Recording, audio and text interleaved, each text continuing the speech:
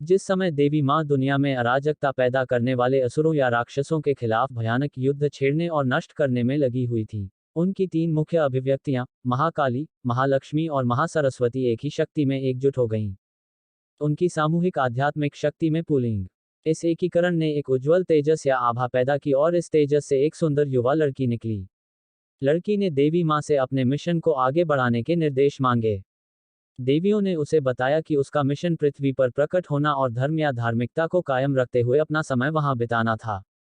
उन्होंने दिव्य बालिका को रत्नाकर के घर में मानव जन्म लेने और फिर धर्मपरायणता और तपस्या का जीवन जीने के लिए कहा, ताकि अपनी चेतना को देवत्व के स्तर तक बढ़ाया जा सके।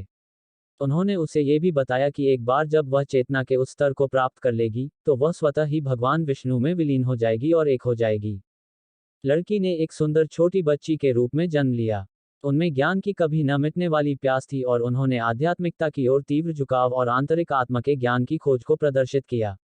वह गहरे ध्यान में चली जाती और घंटों उसी अवस्था में रहती।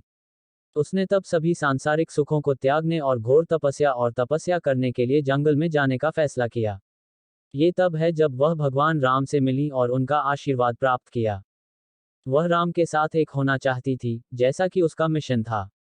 हालांकि राम ने ये जानते हुए कि यह उपयुक्त समय नहीं था, उनसे वादा किया कि वह अपने वनवास की समाप्ति के बाद फिर से उनसे मिलने आएंगे। उसने उससे कहा कि अगर वह उस समय उसे पहचान लेगी, तो वह उसकी इच्छा पूरी करेगा। राम ने अपनी बात रखी और रावण के खिलाफ युद्ध जीतने के बाद उनके पास गए। वह एक बूढ़े व्यक्ति के भेष में उसके पास आया, जिसे वैष्णवी पहचान नहीं सकी।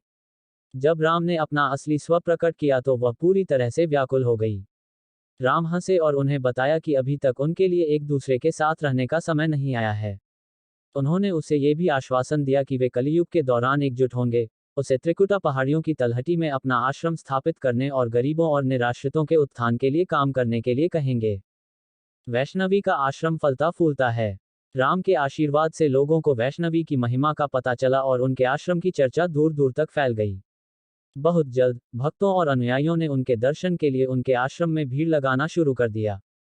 वैष्णो देवी के एक भक्त श्रीधर ने एक भंडारा सामुदायिक भोजन का आयोजन किया, जिसमें वैष्णो देवी की इच्छा के अनुसार पूरे गांव और महायोगी गुरु गोरक्षनाथ जी सहित उनके सभी अनुयायियों को आमंत्रित किया गया था।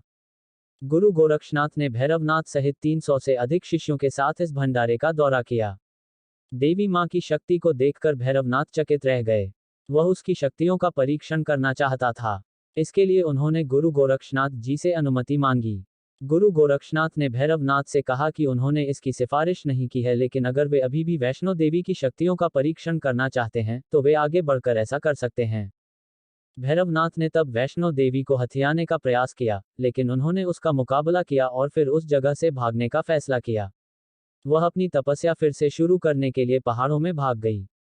हालांकि भैरवनाथ ने वहां भी उसका पीछा करना जारी रखा।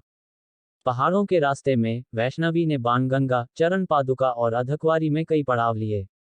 वह अंततः उस गुफा में पहुंची जहां उसने अपनी तपस्या जारी रखने का इरादा किया था। उसके चिराग के लिए भैरवनाथ ने भी उसका पीछा किया। अंत में सारा धैर्य खोते हुए उसने अपने उत्पीड़न को समाप्त करने के लिए उसे मारने का फैसला किया। देवी मां की पुकार। माता वैष्णो देवी के भक्तों का मानना है कि कोई भी उनके मंदिर में तब तक नहीं जा सकता जब तक कि वह उन्हें बुलावा जारी नहीं करती हैं, यानी जब तक वह उन्हें अपने मंदिर में आने के लिए नहीं बुलाती हैं। जाति, पंथ और सामाजिक स्थिति के बावजूद ये कहा जाता है कि वैष्णो देवी के पवित्र मंदिर की यात्रा तभी पूरी हो सकती है जब वह चाहें और भक्त को अपने दर्शन का आशीर्वाद दें। वास्तव में कहा गया है कि बहुत से भक्तों ने इसका प्रत्यक्ष अनुभव किया है। विलोम भी सत्य कहा जाता है। यदि देवता का आह्वान होता है, तो जिन लोगों ने यात्रा की योजना नहीं बनाई थी, वे भी माता के दर्शन के लिए उनके मंदिर जाने के लिए बाध्य हैं। इसलिए जो लोग उसके मंदिर में जाने के इच्छुक हैं, वे अपने दिल में एक उत्कट कामना करते हैं और उनसे अपनी कृपा बरसाने और उन्हें दर्शन देने की प्रार्थना करते हैं। फिर वे उसकी इच्छा के सामने आत्मसमर्पण कर देते हैं और ये तय करने के लिए उसे छोड़ देते हैं कि उनके लिए उनके पवित्र निवास स्थान पर जाने का सही समय कब होगा। माता वैष्णो देवी की पूजा। माना जाता है कि वैष्णो देवी कमजोरों को बल, नेत्रहीनों को दृष्टि, गरीबों को धन और निःसंतान दंपतियों को संतान का आशीर्वाद देती हैं। ऐसा कहा जाता है कि यह बहुत शक्तिशाली देवी अपने सभी भक्तों की इच्छाओं को पूरा करने के लिए काफी उदार हैं। यही कारण है कि तीर्थस्थल स्थानवार काफी दुर्गम होने के बावजूद अनुयायी इसे नियमित रूप से देखने के लिए एक बिंदु बनाते हैं। जैसा कि भगवान राम ने भविष्यवाणी की थी, उनका मंदिर साल भर भक्तों की भीड़ से भरा रहता है। हालांकि नवरात्रि को उनके निवास स्थान पर जाने का सबसे शुभ समय माना जाता है। यह मंदिर जाने का सबसे अच्छा मौसम भी है, क्योंकि यह सर्दियों और मानसून के दौरान बहुत ठंडा और दुर्गम हो जाता है। ऐसा माना जाता है कि नवरात्रों के दौरान वैष्णो देवी के दर्शन करने से भक्त स्वर्ग प्राप्ति के एक कदम और करीब पहुंच जाता है।